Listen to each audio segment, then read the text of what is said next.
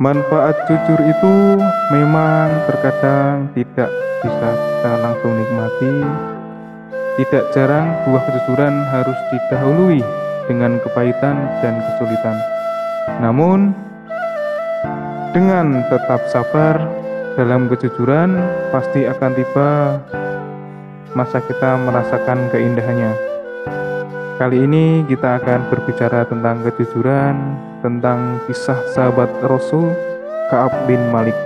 Namun sebelum kita masuk ke cerita tersebut, saya akan menceritakan di abad ini bagaimana sebuah arti kejujuran dalam negara itu dihargai. Di negara tetangga kita ada beberapa negara yang sangat menjunjung tinggi nilai kejujuran. Contohnya yang paling dekat adalah Thailand, Myanmar, Laos, Pakistan, Cina, Iran, Korea Utara, Irak, Amerika, ataupun yang lainnya. Mereka tidak segan menghukum mati para pelaku koruptor yang tidak jujur karena memakan dan menikmati uang rakyat. Nah, dari itu kita sadar bahwa arti kejujuran dalam sebuah negara, sebuah kepribadian sangatlah penting. Ka'ab bin Malik, salah satu fakta sejarah yang membuktikan hal tersebut. Saat absen dalam perang Tabuk, ia bisa saja lolos dari hukuman dengan cara merekayasa alasan agar Nabi SAW dapat memakluminya. Namun, cara kotor Ka'ab bin Malik tidak dia tempuh. Ibnu Qumadah al-Maqdisi dalam kitab Al-Tawabin mengupas kisah Ka'ab bin Malik. Seperti biasanya, Rasulullah selalu senang mengadakan perjalanan pada hari Kamis. Ka'ab sebenarnya bertekad untuk ikut serta dalam pasukan yang menuju ke Tabuk. Pada Kamis pagi, pasukan Islam berangkat. Ka'ab pun pergi ke pasar untuk membeli perlengkapan yang akan digunakannya dalam perang nanti. Dia berpikir setelah barang yang dibutuhkan terbeli, ia akan segera menyusul rombongan pasukan Islam. Sayangnya, hari itu barang yang dibutuhkan tak kunjung dia temukan di pasar. Ka'ab pun menunggu esok hari dengan harapan barang yang dibutuhkan tersedia. Namun, barang-barang yang dicari tak kunjung tersedia. Pada hari ketiga, keempat, dan berikutnya keadaan tak banyak berubah. Sampai akhirnya Ka'ab tak bisa menyusul pasukan yang dipimpin Rasulullah SAW. Ka'ab sebenarnya tak ada niat untuk menghindar dari perang Tabuk. Betapa gelisahnya dia saat menyadari tak bisa bergabung dengan Rasul dalam pertempuran itu. Hatinya begitu pedih. Ia sungguh sangat menyesal karena telah lalai mempersiapkan perlengkapan perang. Rasul dan pasukannya akhirnya sampai di Tabuk.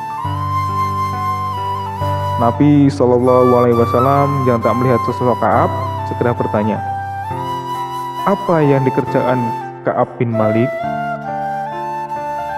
Salah satu orang pun menjawab, "Baju dan selendangnya yang membuat dia tertinggal, ya Rasul." Pernyataan itu adalah sindiran bagi lelaki yang kalah dalam kemauan istrinya. Mendengar tetukan itu, Mu'ad bin Jabal segera menyerah. "Hus, sangat buruk apa yang kamu katakan. Demi Allah, wahai Nabi, kami tidak melihat darinya kecuali kebaikan." Sampai perang Tabuk pun berakhir, Ka'ab bin Malik tak kunjung datang. Di Madinah, Ka'ab diliputi kesedihan. Ia sangat menyesal dan takut akan dimarahi Rasul. Ka'ab pun pasrah. Satu hal yang dia yakini adalah kejujuran akan menyelamatkannya. Rasulullah akhirnya tiba di Madinah setelah masa perang tersebut berakhir. Nabi SAW memaafkan para sahabat yang uzur dan tak bisa bergabung dalam pasukan Islam dalam perang Tabuk. Kini tibalah Ka'ab bin Malik menghadap baginda.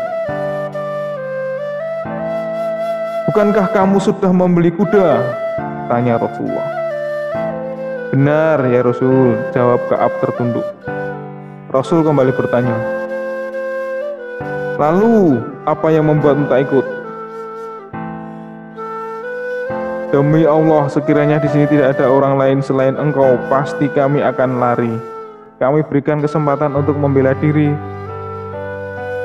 Tapi kamu tahu, ya Nabi Allah, tak ada orang yang percaya. Mudah-mudahan Allah memberitahu apa yang sebenarnya terjadi kepada kami," ujar Ka'ab bin Malik. Rasul pun berkata, "Kalau itu sungguh benar kata-katamu, pergilah sampai ada putusan dari Allah Subhanahu wa taala." Ka'ab pun pergi dengan hati yang sangat sedih. Rasul melarang semua sahabat untuk bicara terhadap Ka'ab bin Malik. Tak ada satupun orang yang bertanya kepada Ka'ab, seakan-akan tembok dan bumi pun ikut membencinya. Hingga tibalah hari ke-40, utusan Rasul pun datang. Ka'ab diperintahkan untuk menjauhi istrinya. Lalu Ka'ab bertanya, "Haruskah ku ceraikan?" Utusan Rasul pun menjawab, "Tidak, tapi jangan mendekatinya." Ka'ab berupaya keras untuk segera lepas dari sanksi sosial itu, tetapi tak kuasa. Ka'ab hanya bisa menangis hingga hari ke-50 tiba. Ka'ab melaksanakan sholat fajar di balik Ka'bah. Ia benar-benar bertobat. Ka'ab berdoa dengan air berlinang. Tiba-tiba ia mendengar suara di atas bukit. "Bergembiralah wahai Ka'ab bin Malik." Ia langsung bersujud dan bersyukur. Kemudian datanglah seorang pria berkuda dan memberi kabar gembira. Ka'ab segera menemui Rasulullah di masjid.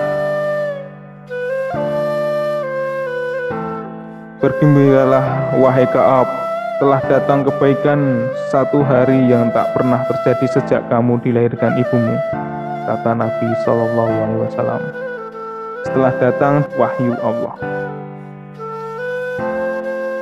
Beliau pun membacakan surat At-Taubah ayat 117 hingga 119. Tak ada kenikmatan yang lebih besar sesudah berislam bagi Ka'ab, kecuali kejujuran kepada Rasulullah. Begitulah sesungguhnya taubat Ka'ab, sehingga Allah dan Rasul mengampuni segala kelalaian seorang Ka'ab.